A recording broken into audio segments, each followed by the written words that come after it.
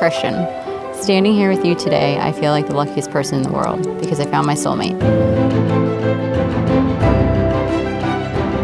I love you for finding my vernacular suburbs humorous, whether it's the way I say salmon or talk about getting chimmed, who knows how many others. Finally, the day has come where Lauren and Christian are married. Woo!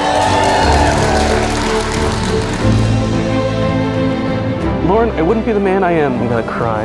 I am today without you by my side. With these words and with many more unsaid, I take you to be my wife, and I'm honored to be your husband.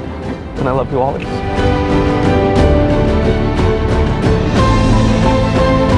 All right, you ready?